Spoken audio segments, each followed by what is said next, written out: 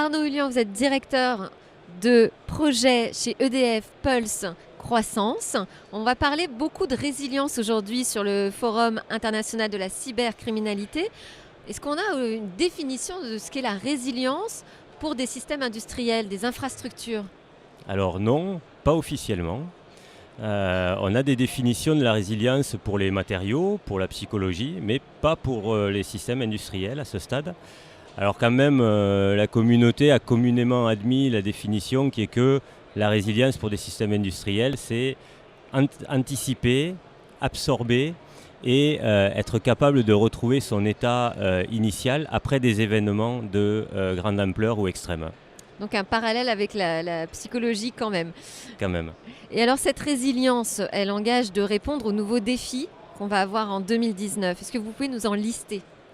Alors je pense que les nouveaux défis, ils sont effectivement liés au changement climatique.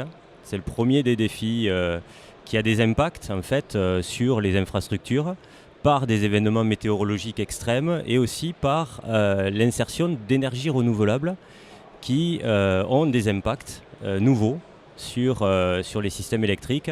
Des impacts d'interconnexion ? D'interconnexion et carrément des impacts physiques en fait, qui modifient le comportement des systèmes. Et puis nous aurons les véhicules électriques qui arriveront après. Donc ça, c'est les premiers impacts. Et les deuxièmes, c'est l'arrivée de la numérisation croissante sur les systèmes industriels qui conduit effectivement à une plus grande interconnexion et donc à des évolutions majeures et des risques liés aux cyberattaques. Donc environnement climatique, c'est une menace. On a aussi des risques d'attaque de piraterie informatique. Est-ce qu'on a peut-être un guide de bonnes pratiques qui existe aujourd'hui et sur lequel on peut s'appuyer pour travailler la résilience de ces infrastructures qui sont critiques ? Alors effectivement, je pense qu'aujourd'hui, les bonnes pratiques, elles vont se décliner en plusieurs niveaux. Le premier, c'est vraiment d'intégrer la résilience et les risques cyber en tant que tels dans les risques des entreprises. Et c'est vrai que ça aura des conséquences importantes sur les prises de décision et sur les investissements que les décideurs accorderont s'ils intègrent naturellement ces risques dans la gestion des risques globales. Donc en faire un sujet à part entière. C'est en faire un sujet à part entière, mais à la fois aussi le fondre dans la gestion des risques globales et ne pas le traiter de façon isolée après les autres. Et je pense que ça, c'est extrêmement important. Le deuxième point est effectivement la sensibilisation des personnels. La plupart des attaques viennent de négligence, voire aussi parfois de l'interne. Le troisième, c'est la conception et la sécurité by design des installations. Donc ça, il faut y penser dès le début.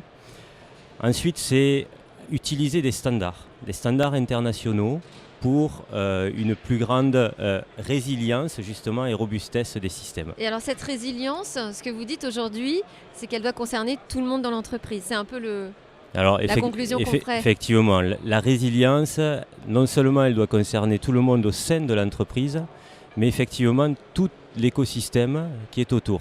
Quand on parle des réseaux électriques, par exemple, c'est tous les acteurs qui contribuent au fonctionnement des réseaux électriques, qui doivent contribuer à cette résilience. Et qui sont de plus en plus nombreux, on l'a compris. Et qui sont de plus en plus nombreux. Merci beaucoup. On était en direct du Forum international de la cybercriminalité à Lille. Merci Arnaud Hullian. Merci. Et vous pouvez retrouver plein de sujets sur les nouvelles menaces, les formes de protection et les enjeux autour de la sécurité informatique en regardant nos vidéos. Un mot-clé FIC, FIC 2019. Merci. Merci.